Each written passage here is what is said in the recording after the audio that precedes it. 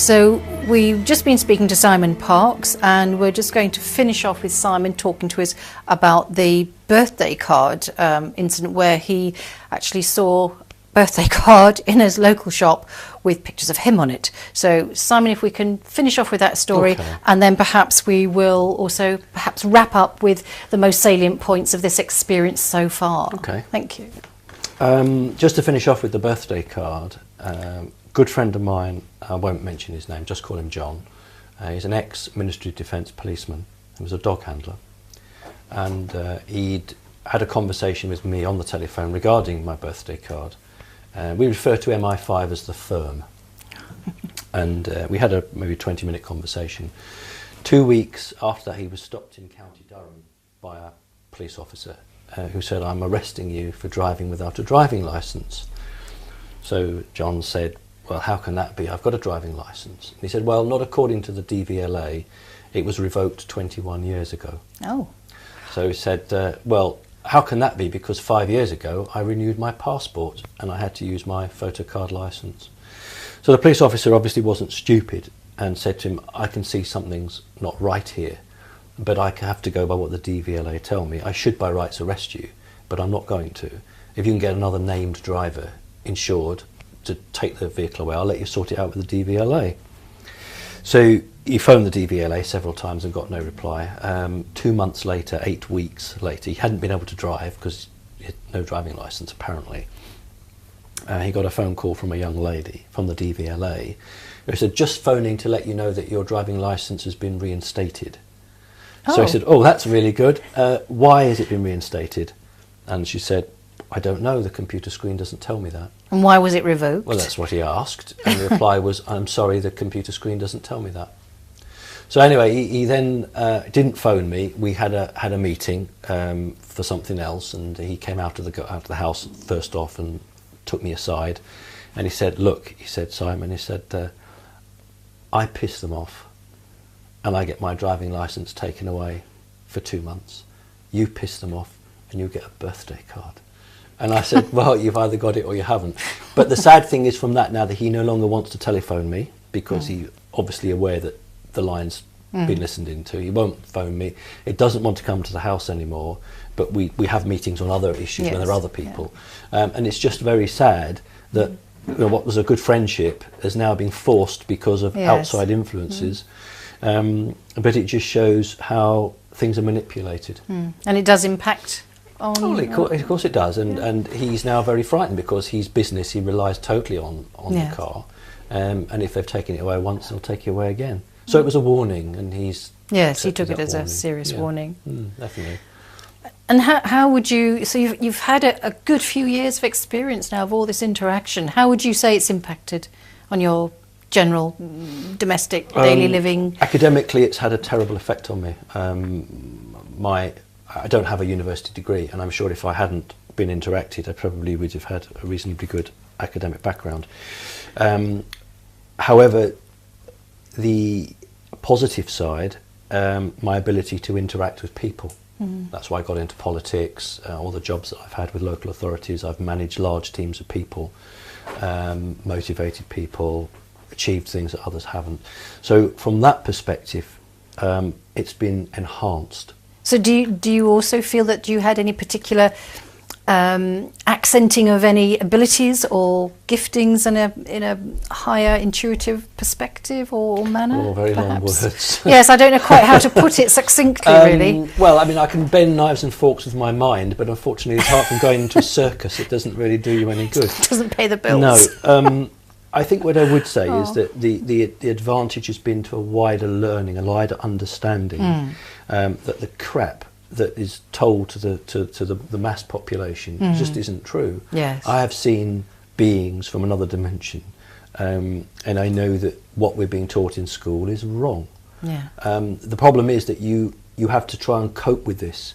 You have to, when you try and find someone to talk to, there isn't anybody. It's something that people will run shy from. And so you tend to think, well, I'll hide it. I'll internalise it and I'll hide it. And I said during the earlier interview how I rationalised things away to try to cope with them when I was much, much younger. But the only reason that I'm competent to sit here and talk to you is because those experiences have been positive, in as much as, to my knowledge, I haven't been physically abused. When I've asked them a question, I've had an answer. They've actually asked me before they've done something. So if they want to do something, they'll say, can we do that? Do we have your permission? So I've never felt a victim. And also you mentioned earlier on as well some relation to your wellness, your well-being, that they said that it will always... Well, I mean, there's one, I don't know if you've got 2 or 3 minutes, I'd just like to say in 1969, I was 10 years old, and my best friend had come to the house, and my human mum was at work, and we were playing at the back of the house, and it was an old Victorian house and a concrete drop. And I always remembered I lost my balance on this. I have no recollection of falling, no recollection of hitting the ground at all. But all I ever remembered until recently was, next minute, was standing by my bed, pulling my bed covers back and saying, oh, I don't feel very well, and getting into the bed. And my friend, who had gone running in to get help, of course nobody was in the house, came running out and saw me and was running at full pelt and stopped. And what he said was, that when I was on the ground, he was calling me and I wasn't speaking, and he said, I thought you were unconscious. And he said, how did you sort of get yourself up? The memory I've had back, I remembered the moment that I lost my footing. I have no recollection of falling or hitting the ground, but the next thing I know is a crow, a big black crow, huge crow, flying towards me. And I'm thinking, don't land on me because you'll crush me. You're such a big... And it flies down, and then its wingtips come round, and it like picks me up. It tucks its wingtips under me, under my back, and then lifts me up. You know, like you would hold something like that. And it flies off with me, but it doesn't flap its wings because it's holding me like that. And the next thing I remember are the 2 manted doctors over me working. Now, normally when the doctors are doing something, they're quite like this. They're quite taking their instruments. But these ones were going like this. They never panic, but it was really... And I said to them, what's happened to me? And very matter of fact said, you died. Yeah. And I said, I died? He said, yes, but don't worry, we will return you. And the next memory, I'm back at the bed, pulling the bed clothes back, I don't feel very well. Now then, in 2009, when I was teaching a pupil, a stupid woman went into the back of us, and I hurt my hands and a bit of whiplash. So off to hospital, and X-ray, and the doctor says, oh, you're all right, it's just soft tissue damage, but I'd like to talk to you about the damage to your spine. How did that happen? So I said, what damage to my spine? And she was quite nonplussed and says, you don't know about that. And I said, no, what damage? And she says, well, you didn't go to hospital then? I said, no, what damage? She said, well, we usually see severe damage to the spine with heavy contact sports. Have you played rugby? No. I said, I've never played rugby. By this time, I'm more worried about... I said, no, I haven't. Said, well, what sort of damage? And she says, well, it's all right, it's old damage. It's healed now. I said, yeah, but what is it? She said, your spine was broken, but has snapped in half, but has healed. I said, there's nothing we can do for you. And she said, are you sure that you don't remember this? And I said, no. And she said, well, not to worry then. And do you get any back problems? Or No, not at all. Now, what I should do under freedom of information is write to James Cook Hospital and ask for that X-ray. You should. That would be very interesting as evidence. Yeah. And I now think that was caused because of that. But my friend Malcolm, who said to me, you know, you weren't moving, I was shouting my name, you weren't speaking. And he said, how did you get to the bed? How did you get up? And it was about for 40, 50 feet down there. And so you said how it's changed me. It doesn't make me grateful of them because they only do what they want to do. And it suited them. You know, I'm not a fool. They call the shots from that perspective. But whatever it is about me that interests them, it's enough for them to do that. Yes. Yeah. It's enough for them to do that. So there's a definite relationship between us. And you could say they're very, very clever because I've never been pushed away once. Never been pushed away, never been hurt. Never raised a voice, never been angry, always asked me. In fact, they've been nicer to me than people. Isn't that a horrible thing to say? But that's the reality of it. Yes, you did mention that. More genuine in that sense of the word. If they've lied to me, I haven't caught them out yet. But then they don't show me things that they know I won't like. So it's very selective. Yes. They'll only show me stuff that they know I'm going to be okay with. So I do realise that. But it seems to me that I've been around them for thousands of years. I know I haven't. It's 51 years, but it seems that it's thousands of years. So therefore my relationship with them, I know them better than most people on the earth. Human. So that's really, I think, what I just sum up to answer the question, that what have I got out of it? I've got a wider understanding and a wider knowledge. Go on then. A wider understanding and a wider knowledge, but I haven't got anything material out of it. And the book that you're writing, just to wrap up, because I would like to bring in a friend that we've got visiting who's Win Keech, and I hope that he'll stay for some chat and discussion, which would be great. But are you doing that on from their suggestion, or is this some impulse within you since you've come to a sort of certain path in your life, or I have no knowledge of them saying I need to do it, but I really feel driven to do it. Look forward to reading it. I feel I have to do it. Yes, well, hopefully it'll be out early next year, so fingers crossed. Fantastic. And let's hope you'll be able to speak at it at an AMMACH conference. Oh, yes, that would be fun, wouldn't it?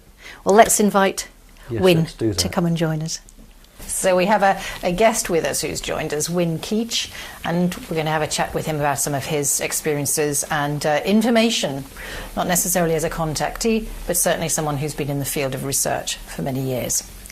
Yes, and the field is definitely a good pun. Yes, I spend most of my time up to my knees in rainy, wet cornfields, filming things in the pitch darkness.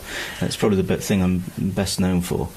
But what a lot of people don't realise is that 20 years previously, I'd also been a very active UFO researcher and photographer and investigator, with quite a degree of success, which has helped me make better understanding of the crop circle phenomenon, which obviously is something that's peripheral to it initially, but actually turns out to be driven by the same kind of relationships with non-corporeal entities that you tend to find in the UFO environment. And do you feel that do you feel that it's all entity creation of the crops? I know the crop circle phenomenon is very complex. It ranges from human activity, making artwork and designs for whatever reason, right up to the ones I've been tracking particularly, which is some discarnate consciousness which was interacting with local energy to produce complex formations that communicated directly to people. And again, the communication, what was the communication about? Can you say what it's all connected? It's all connected to the reactivation of DNA within people. It's hearing about that a lot. It's very much. It's actually a multi-factor authentication process that I identified. It's one of these things where you start to engage in the process. It provides you with a credential which you are then challenged to understand.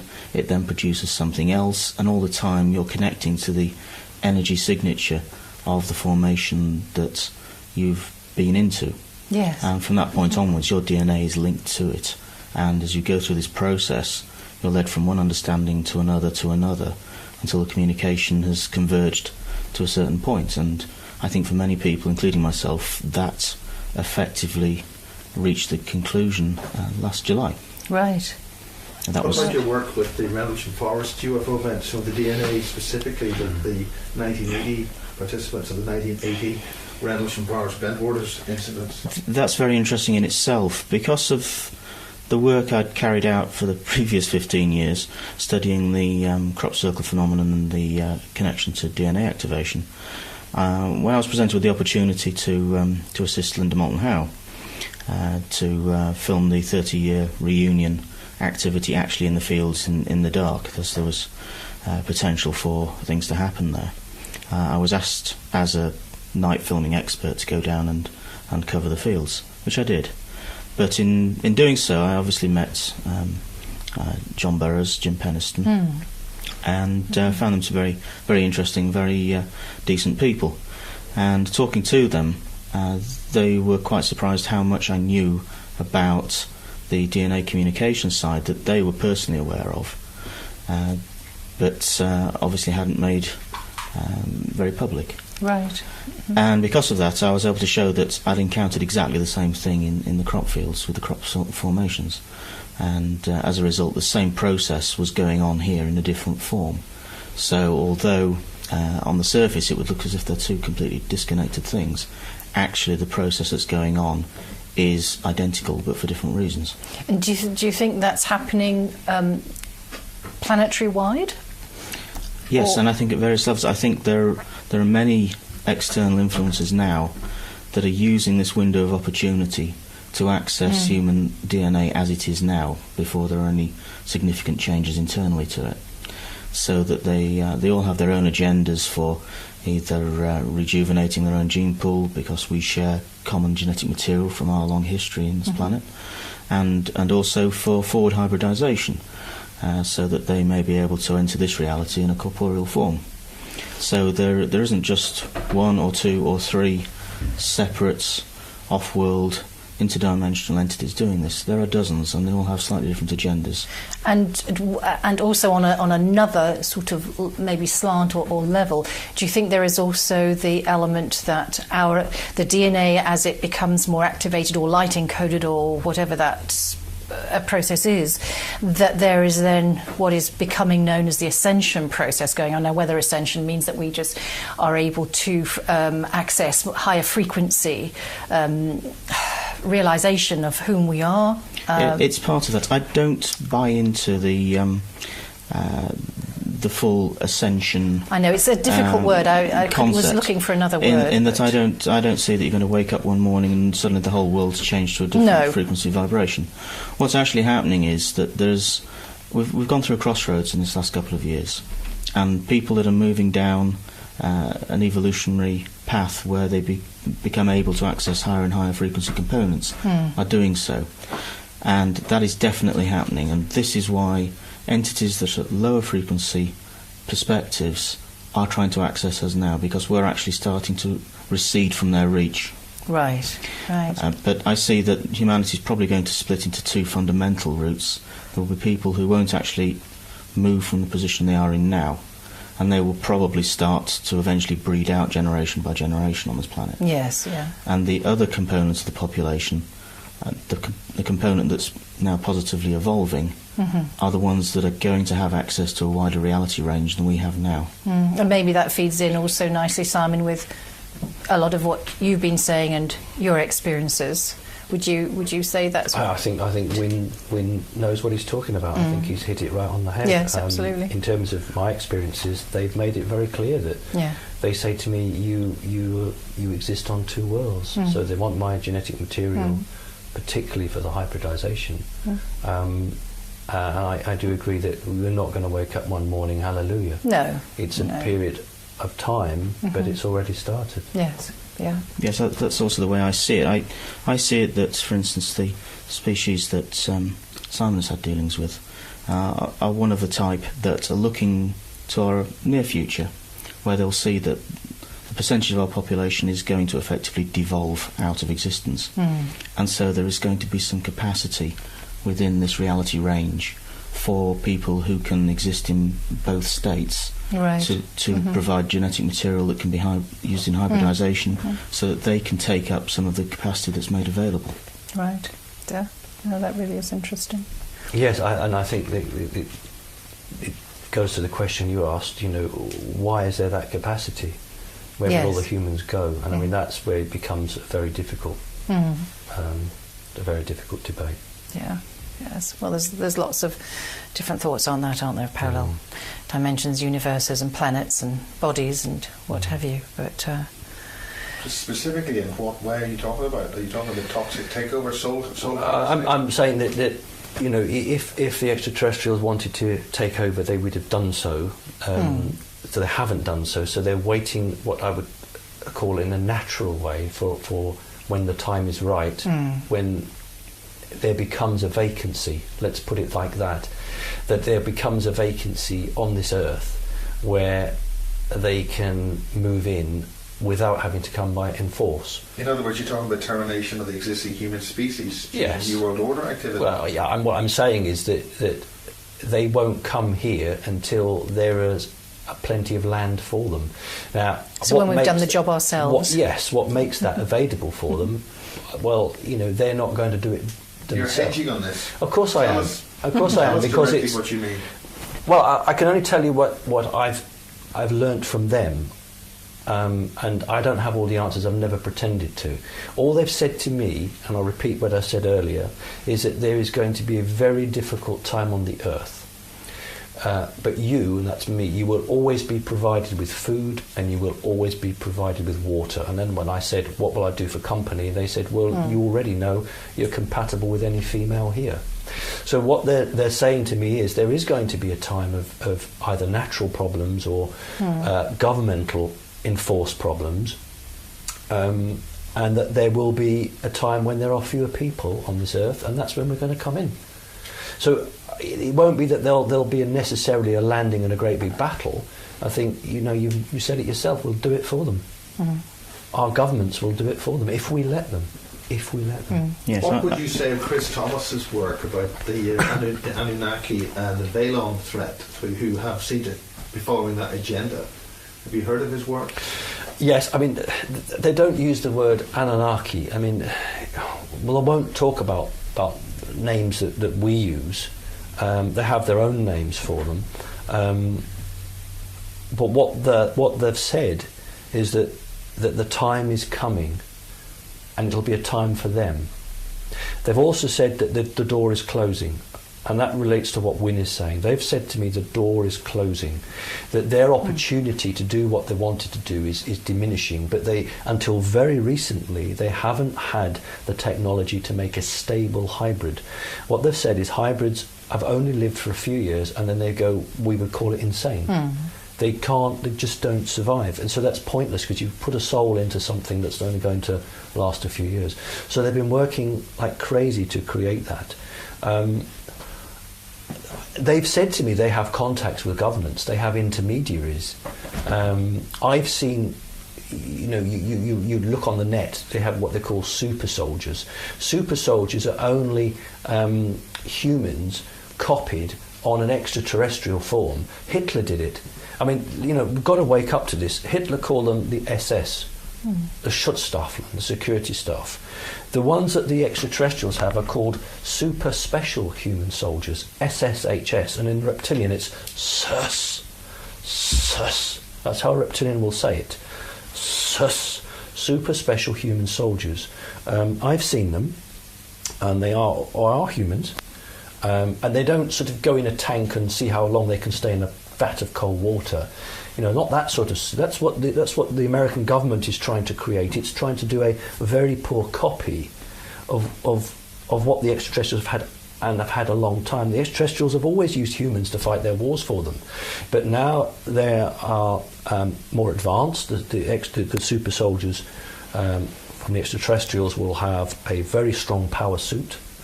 There are rifles.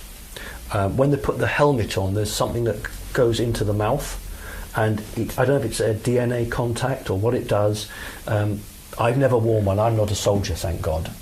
I've reviewed them. When I've been in an extraterrestrial body, I have reviewed these soldiers. I wave my rod anti-clockwise and go along, and they salute. They salute by holding the weapons like that. But they're humans. And there are groups of humans who will be used at key points. And my understanding is that it will be when a government goes down a certain route, and they will have just a small group. These aren't thousands and thousands. They're numbered in the hundreds. But they will use them at key points. Yeah. Because they will expect human soldiers to do the jobs for them. Yeah. That's something I've actually found with, for instance, the shadow entities in the crop circles. They have little to no physical impact upon our reality. They appear in our reality frame. You can see them, well, you can't really see them with the naked eye, but you can see them certainly with infrared cameras, and you can see their activity. But they haven't the ability to physically bend one stem of corn. But they seem to specialise in persuading people to do the work for them. And all the For So instance, setting up a psychological imprinting of some kind. well, yes, they seem to have perhaps. control over certain sort of networks of people, and certainly the harassment I suffered was all from people that they'd sent, and yet I'm there alone in a field looking at these things, looking at me. They can just come over on the van door and knock and pass on the message, but they can't even do that. They have to send somebody to do it, which to me tells me they have really no physical direct influence in this reality at this moment in time. And that's when I put my hand through one. Exactly, I actually put my hand right through one. There's no substance to them. So they if they want their jobs doing, they've got to have to use humans to do it. And you have encountered a positive one, sort of teaching you at some point, I don't say haven't you? positive. I think that my relationship with it was positive. Right, In other yeah. words, Okay. I didn't see it as it anything came to me as a yeah. teacher Okay. to teach me something, and I just accepted it Yeah. as a teacher. I didn't have negative or positive No, feelings. you were okay. Yeah. I actually have had a recent experience of a shadow. It didn't do anything to threaten me, but it attempted to overrule me by being something like 20 feet high. So it appeared while I was in the allotment, and I saw a shadow of a tree, and what's that? And then up 20 feet high, and I said, I don't want to see you, go. And every time I said, I don't want to see you, it shrank and shrank and shrank until it was about 4 or 5 feet high. And then it offered me a female. So there was a naked woman on the floor. And I said, that's not a real woman. That's not real. Don't, can't bribe me with something that's not real. So that vanished. But it didn't say anything more, and I just went up to it and I actually put my hands on the sides of its head, and I said, I don't know why I said this, I said, I will burn you out from the inside and make you a hollow creature unless you go.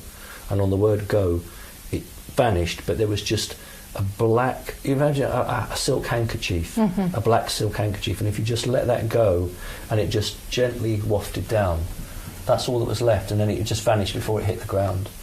But at no point was it violent or nasty or threatening, it just was its sheer size. And what that was about, I really don't know. But I wasn't going to have any of it. No, absolutely. So how did you two get together then?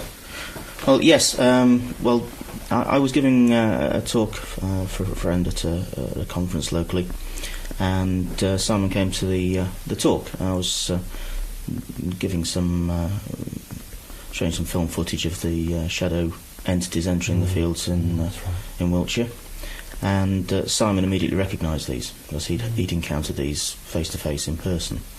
And so Simon came to talk to me at the end of the lecture and said, "Look, these things, I've seen these. I'd like to know, are they real? Is what I've experienced relevant? And anything you can sort of help me with to help understand what I've experienced would be useful." So arranged to meet Simon and came over to just offer my perspective on my personal observations of these things and my understanding of them. And what Simon was then able to show me was that he'd had very extensive and very life-changing contact with these and other entities. But at that time he was starting to have recollection of the experiences, but he didn't understand almost the sort of the narrative of it as to how all the pieces fitted together. There was no sort of coherence to it. There was just a recollection of this, a recollection of that. He didn't understand what the details meant, and was looking for some kind of pattern or understanding to the details he was recalling.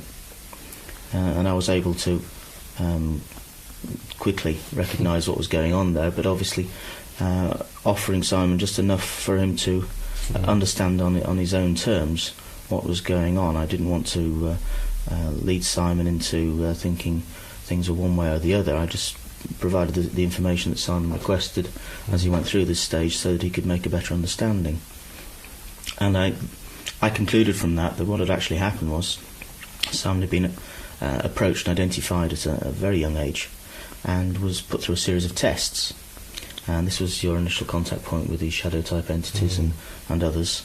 And they were testing him for, first of all, telepathic ability, and then secondly for precognitance. And once they'd established that he had the capability for both these things, they then went on to further tests, and Simon then escalated through further tests and revision and then some teaching from them, and then obviously came out top of the class. And was then thrown into the big league of meeting further entities, some of which I've had experience of, and some I really haven't had direct experience of. So it really was quite a fascinating personal story that unfolded because of this. What specifics are you talking about in terms of entities, other beings? If you want to talk about that. Okay. Crystal being, that was one, wasn't it? Crystal being is one. Yes, I don't think you mentioned that one, Simon. No, it's into the kitchen, 5 what I call robot greys came in, and then just literally through the window of the wall was a beautiful, like, think of a chandelier, but this had a face, and there were shards of crystal rotating around it. And one of the greys gets me by the hand and pulls me, because I'm not sure I like greys, so I don't really like them, to bring me right underneath this. And obviously some form of communication, and unfortunately I've got no knowledge of any communication. But that was something that Win helped me with, to help me to understand. And Win's a great researcher. He can go away and do some research and then let me know. But Win's right. Sometimes he infuriates me because he doesn't tell me. I'll ask him something, and he's doing it to help me.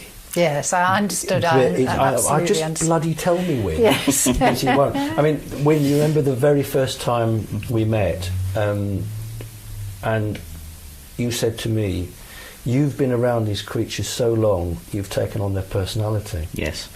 And what it amazed me was that within 2 minutes, no, not even that, within 20 seconds, this man could identify that was the case. Because when he looked at the drawings, he was saying, "Oh, I know what that is. Oh, I know what that is." And could then back it up. Brilliant. Whereas when you speak to, I've spoken to most people, they say, "Well, I haven't a clue about that." Yeah. You know, and that's why Win is so special to me, because my experience is pretty detailed. Yes. And a lot definitely. of researchers I've spoken to get lost because they think, "I can't keep up with it." Yeah. I'm not being rude. They just say, "Well, I just can't manage it." This man copes with it. Yes. So he's been a real godsend, because he's been supporting me, but we're not leading me, and that's what he's saying. He's not led me. Absolutely. I understand. I've been very careful not to lead you or cross-contaminate you with things that I know. Yeah. Because yours, I think, is a very important story, and it is something that shouldn't be sullied or in any way tainted by any external influence, including myself. So I'll be very careful not to do that. It makes me angry sometimes. Well, I know it's frustrating. That's how it goes. But what came of the crystal entity? It was or that being, or when the had done some energy? research and found that this crystal was known and had been working with American military as a sort of an intermediary. Yeah, no, I haven't heard about this one. No, it's quite new, and a lot of researchers don't like the idea because they're comfortable with, your usual run of baddies. So here was a new one that was brought on the scene, and well, where's this one come from? New kid on the block, and so a lot of researchers, very much from a human perspective, won't accept it. They have a problem with it. But this creature, when I can't remember any communication at all, but what I remember is if you were to take a glass jar, jam jar, and fill it with marbles and shake it, that's what it sounded like when it was communicating with me. And then, after a while, that changed, and I could then understand it. But I can't tell you what it said. But to start with, it was like marbles in a jam jar. Familiarising you with its language or its I don't know. I think it was process. just chatting to me, and then thinking, "Oh, he's not understanding me," and maybe then having to change a frequency or something. And then. But all I can tell you is I know it came to ask me something. It came to ask me something, and I said yes. But I don't know any more than that. But reptiles, I won't want to bring Win on this one. Well, I won't go into in too detail a subject because there's a lot to it that perhaps is best not for tonight. But my memories for the last year have all been about mantids and greys and Nordics, but very recently reptiles. And these memories are not very good. I haven't even told tonight. I've told you one, and I haven't mentioned to Win. And I would be interested in Win's take on this if you've got 2 minutes. That's fine. Make hay while the sun shines, guys. Okay. Can you hear all right? Yeah. Yeah. Okay. It's just, for instance, if you want to say something that you don't want to have released later. Yeah. Say it now and then we don't release it later. No, all it is that there's an agenda with the reptilians that is very near the knuckle, and we have to be careful with it, as I know how intermixed with politics and military they are, and sometimes you bring. AMMACH does not want the system closing it down now, and if we go too far down that road, that's what will happen. Okay, so you ready? I'll talk about a bit of the reptiles, because I'll talk about my experience, because I haven't told Win this, and that will be useful. Okay, I sent you a few drawings, Win, regarding the reptiles, and you'd said because your mind is just beginning to cope with it now, you're coming back with them. But I did want to just run this one past you. The reptile that threw Adam and Eve out from the Garden of Eden, I went to see that one, and when I saw it, I referred to it as Daddy. That's okay. And he took me and put me in a chair. Well, no, he asked me, would you like to go in the chair? And said, what would you like? And I said, what can I have? And he said, how about a nice young female? So I was able to think of a female. That and this is when you're 6.5? 6.5 years old. And I said, I like that lady on the Fry's Turkish Delight advert. I'll have her. So he said, think of her. I think of her, there she is. He said, do you know what to do with her? No. He said, if you like, I'll enter your mind and show you what a human female is for. So we have sex with her. She's just a holographic thing, but he shows me, and he's very graphic, and he shows me all what to do. And then he says, we have shared a female together. Now would you like to eat her? And this is horrendous. Okay, unless this is horrendous. This is holographic, and I say no, because if she's going to be pregnant, I want the baby to be like me. And he says, no, it's only in our minds. It's not. She's not manifest. That's the word he used. I said, but you have to do this, otherwise we won't be father and son. And I say, well, I thought we were father and son. He said, no, but in our law, a father must share the feast of a vanquished foe for us to be father and son. So I do have a go at it, and it's holographic, it's not real, but she screams like hell. And he says, enough feasting. And then he says to me, would you like to command armies? Said, with your tactical mind, with your ability to lead, you could go from star system to star system, bringing order where there is disorder, rule of law where there is chaos. He has it all laid out, and I all the time say no, no, no, no, no. But the worrying thing for me is that although we agreed to disagree, he said the offer is still open and will always be open to you. Yeah, this seems to me it's an analogue of the hunting tradition of blooding. It's trying to form an agreement or a bonding in blood. So I think that entity was trying to trick you into forming an agreement with it, so that it could pursue its own purposes under that agreement, even if you didn't know the extent of it at that time. Right. So I think you did exactly the right thing to reject it. And certainly the reptilians do display sort of cunning and deceit at every twist and turn. And you can see from your experiences peripherally with them in your earlier experiences how they will use projections in your mind to try and change your mood or change your approach or attitude towards something, so that if they want to try and control you, they want to project an image of something that will calm you down or convey authority to try and shepherd you in one direction. So yes, they certainly seem to be deceptive creatures. This one had wings, not great huge wings, small little wings, but a most horrible face. When I draw the mantis face, probably think that's of you. Right. When I draw the mantid face, it's fairly accurate. Yeah. But with this one, it's more horror is in the true sense of the word. Horror in the true sense of the word. But at least it's showing me what it looks like. That's the one good thing. That's its reality. I wonder if these also relate to, and you probably know, Win, the Phil Schneider experience as well, because I don't know if you know that story, and I don't know all the details now because it's a long time since I looked at the story, but basically he's a geologist, is that correct, Win? And he goes... Allegedly, yes. He allegedly had a firefight with them. Yeah, they've got something that they need to research, so he sent down this hole that they've created, and because there's something amiss or awry or something, I can't remember the exact details, as I said, but anyway, he comes across a huge reptilian, and there, as Win said, a firefight opened, and he was horribly, injured. Yes. I mean, he was very, very badly injured.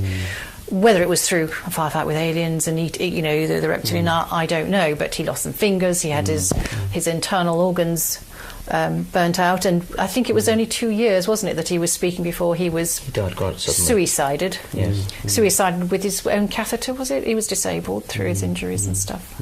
You see, the thing is that when I went to see this one, it was under the earth. And it was very hot, and I couldn't stand it. And they actually have tanks for humans to go in, and they do something to cool you down. And he said to me, the effects of this will last for many hours, so you'll be able to survive here without being in discomfort.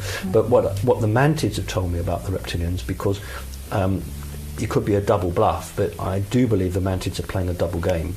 Very dangerous against the reptilians. But what they've said is that a reptilian will know what you're thinking before you think it. But the Mantids are still very, very perceptive. They're very clever.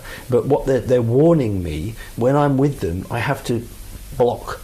Because if I don't, they'll access. And when I told you when I was on the Mantid mothership, and they were basically saying to me, we don't share information with all of them. And I'm saying, well, you don't share it with the reptilians. And they say, oh, your family, So although they're one group working towards supposedly an overall goal, they are working against each other.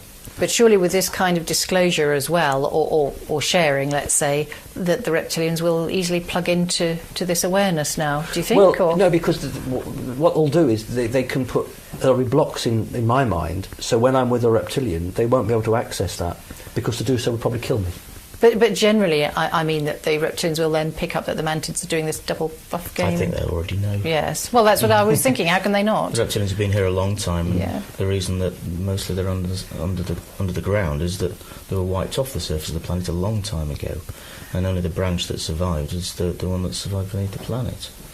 But no, they definitely have their own agenda, and it's not a good one for humanity, because they look at humanity in a rather negative fashion. They see Homo sapiens sapien on this planet as a latecomer that has taken over their heritage, and their technology tends to be biologically based, and they see humanity as a biological source more than anything else. Yes. Rather than an equal playmate in the playfield. No, I understand that. Whereas my understanding of the Mantids is different in that they're not especially emotional creatures. They're quite logical, as you would expect, somewhat insect-like in terms of having a defined hierarchy. But they are also an ancient race, and they seem to have evolved a highly sophisticated culture, and they have their own agenda, and they don't seem to make any bones about it. They want to have at least a portion of themselves have access to the same space that we're in now, and they see the ability to hybridise through people as being something crucial to their future development. And what about folks like, sort of the tall whites that we hear about from Charles That's very interesting. Hall? Yes, I saw Charles Hall in Blackpool when he gave a talk this year. Very charming gentleman, very interesting.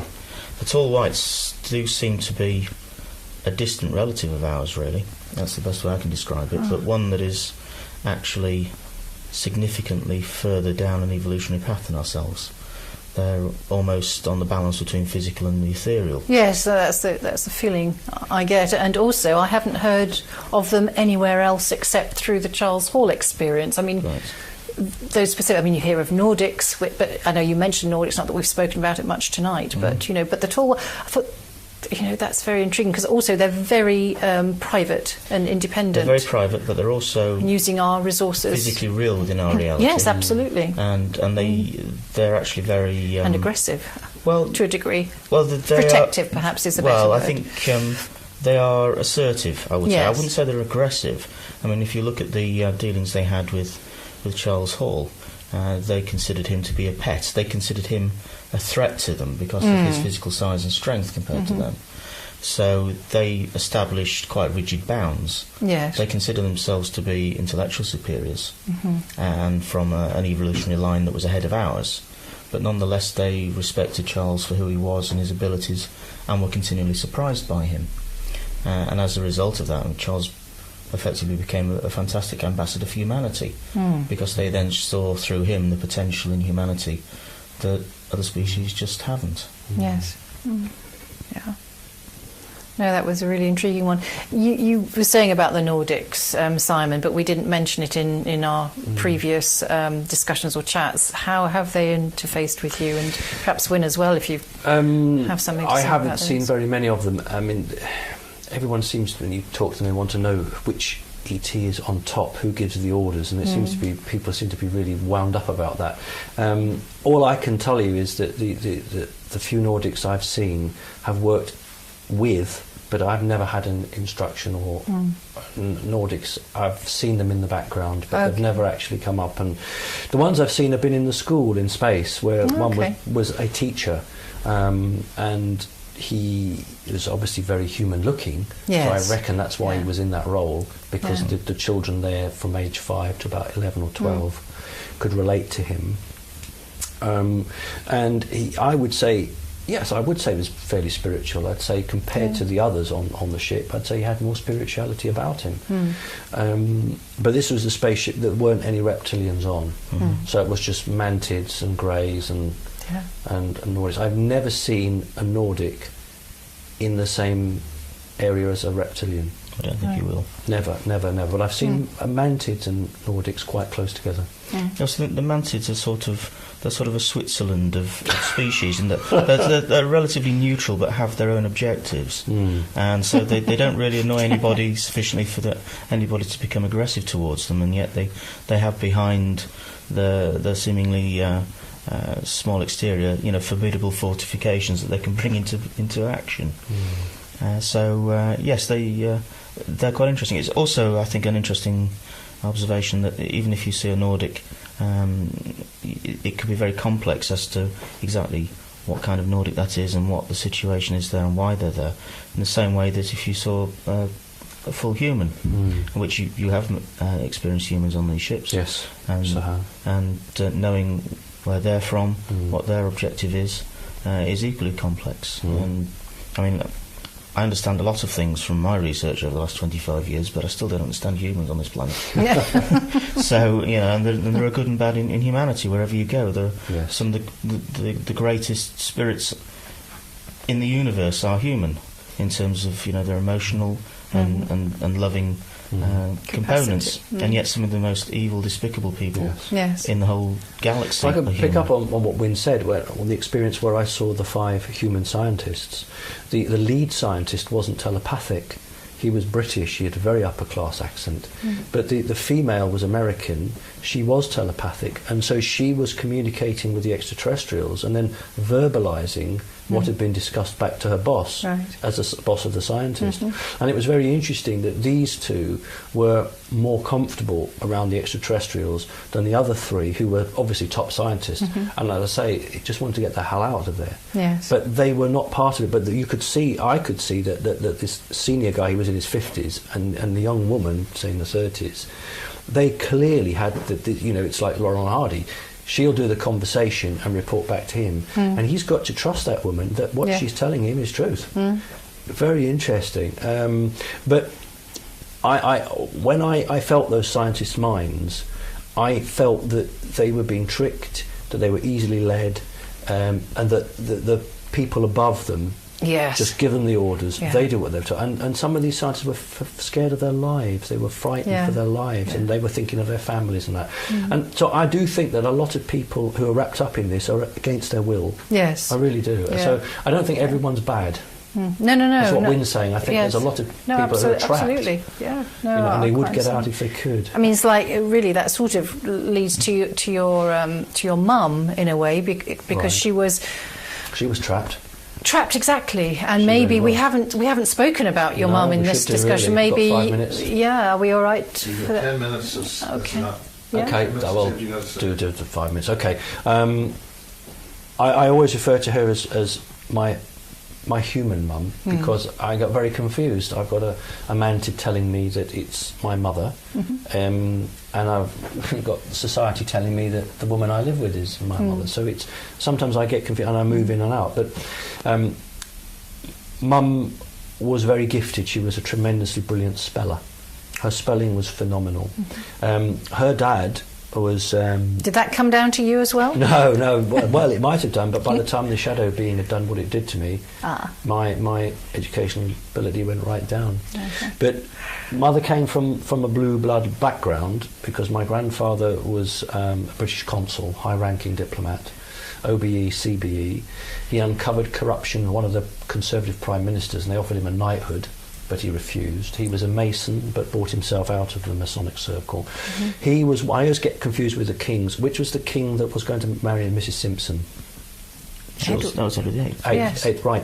Well, what my grandfather told me was that the Prime Minister said, we've got a problem here, we can't have this man, but we'll form a jury of 12 men and who will decide whether the king stays or goes. And my grandfather was one of them. And my grandfather was in India, and he said it was a telex in those days, or a telegraph or something. Yeah. And the question was, should the king go or stay? And grandfather told me that he said the king's got to go. And the votes were 10 for him to go, 2 for him to stay. And my grandfather was one of those men that decided whether this guy was to be king of England. That's how powerful he was. Yeah. And then when he left his role, they bought him, you'd be interested in this, they bought him lots of stocks and shares in Rolls-Royce engines, lots of stuff to buy him off, and then said, would you like to be in the United Nations, would you like to be an ambassador? And he was in the United Nations. He's actually the youngest sergeant major the British Army's ever had. I think he was 17 in the First War. So my mother had come from a background that was steeped in that anyway. And one day a guy that she knew from work turned up with somebody else and went into the sitting room, and this guy who was the archetypal white shirt, black tie, dressed in black, sunglasses, says to my mum, get rid of the kid or get rid of the boy, I can't remember which now, just get rid of him. So I go out, but I shut the door, don't fight you two. I'm looking through the keyhole, and this guy just puts papers down on the table. There's a big to in and fro, and I want you to sign these papers. And Mum saying, no, I won't. Big argument. In the end, she does. And the bloke says to her, right, you've now signed the Official Secrets Act. You're cleared to a very high level. If you tell anybody about this or the work you do, you will be found on a railway line. And then who's going to look after your son? So with that, he walks out. And Mum's sort of talking to this guy that she knows. And basically he then starts turning up with documents. He's a translator, and they're all in German, and they have either secret, top secret, very top secret stamped on the top in red ink, or in purple ink, extremely top secret. And who was she working for? Oh, MI5. I presume MI5 at the time, MI5, but it wasn't. They managed the situation. But what this guy, I'll give you his name because he said it's not his real name, Paul Dunlop, said it's for the NSA. Right. You're working for the NSA, but via MI5. And a group of German scientists who weren't spirited away to America, who elected to stay in what was then West Germany, Yes. and elected to stay with their government, but it were all managed by MI5. And so the German government was allowed to stamp the eagle on it and put Berlin on it, but that to save face, but that wasn't for them. It came away and it was shared in Britain and America. And this group of scientists were specialists in a particular field where most of the scientists were in America, but there were some fields they were lacking. But here was this group, and so they would have staff. And these documents, what would happen is Mum would work at home, and she officially sort of gave up her job that she already had with a company, but she still got paid for that job. So she used to go in every Friday at 3:30 or 4:30 and pick up wages that she never went into the office for, and this other guy gave her wages as well. To keep so a she front got two going. jobs. Yeah. Well, no, it was a bribery. So we'll give you 2 wages. She was a single parent, and I'll give you 2 wages. And when your work with us finishes, you can go back to your other job. Well, back in the 70s, if you were a single parent, she jumped at it. That's why she did it, I think. And she would go and have a cup of tea or make her lunch, and on her work desk would be this document in German. And then she would have had what we call a dictaphone, an old tape, and then Paul Dunlop would have translated it from German to English, and she'd be typing that document, and I'd just read it.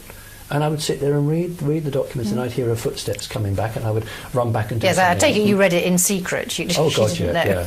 yeah. Well, when she was having a ciggy break or something. Well, maybe she did know. I don't know, but she left them out.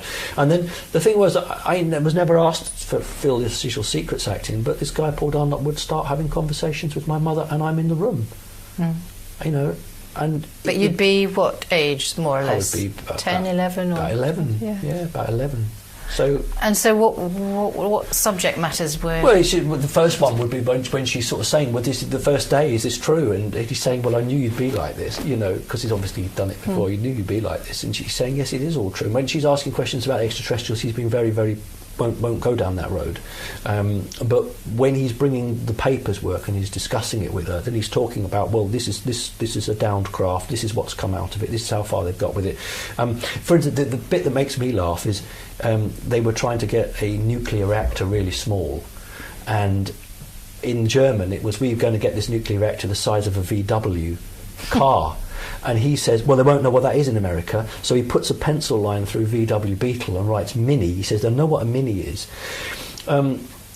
So he would have these discussions in front of her. And so he was saying, well, this is this technical bit. Can you understand this? And he was saying, well, when you're going towards the speed of light, you can't send information down cables because it'll never reach the computer. So you have to send it in pulsed light down fibre optics, so the computer can get it. And he's saying to Mum, do you understand that? Because when you're typing this out, unless you understand this concept, this won't make sense. Yes, it won't. Yeah. So, and he's chatting away like this to her, and and he was a RF pilot. He used to fly Lightnings. Was he British? I can't answer that. I don't know. He had an English accent, right? But he had going to laugh, blue eyes, blonde hair. He was about 6'3".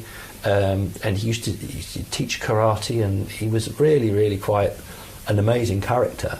And he was above the law because he would do things which he would be arrested for, and within 20 minutes he was always released from prison. He had his own private aeroplane, he had his Formula 2 sports car, he had his own MG4, and this was a really interesting character.